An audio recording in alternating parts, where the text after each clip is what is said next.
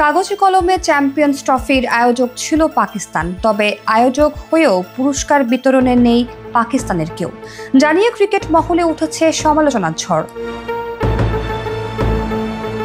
প্রায় ২৯ বছর পর কোনো আইসিসি ইভেন্টের আয়োজক হয়েছে পাকিস্তান। যদিও নিজেরা এই টুর্নামেন্টের টিকে ছিল মোটে ৫ দিন, তবে পাকিস্তানের মাঠে ম্যাচগুলো দর্শকদের দিয়েছে বিনোদনের খোরাক। কিন্তু আসরের বড় মঞ্চে একেবারেই ব্যর্থ হয়েছিল পাকিস্তান।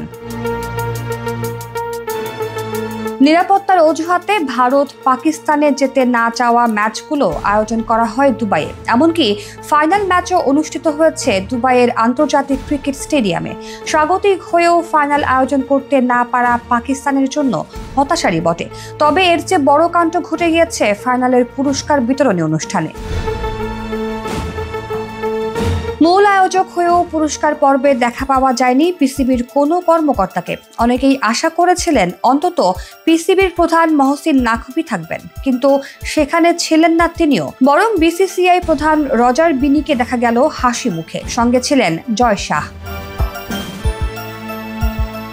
এ নিয়ে পাকিস্তানের সাবেক ক্রিকেটার শোয়েব আখতারকে সামাজিক যোগাযোগ মাধ্যমে প্রতিক্রিয়া জানাতে দেখা গেছে।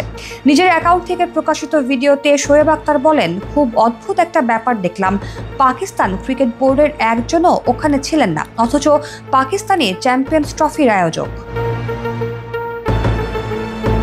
পাকিস্তানের এই সাবেক পেসার আরো বলেন, পাকিস্তানের একজন মানুষকেও ওখানে দেখলাম না। ব্যাপারটা বুঝতেই পারছি না, কেউ কেন ট্রফি দিতে এলেন না। প্লিজ এটা নিয়ে ভাবুন, বিশ্বমঞ্চে তো আপনাদের থাকতে হবে।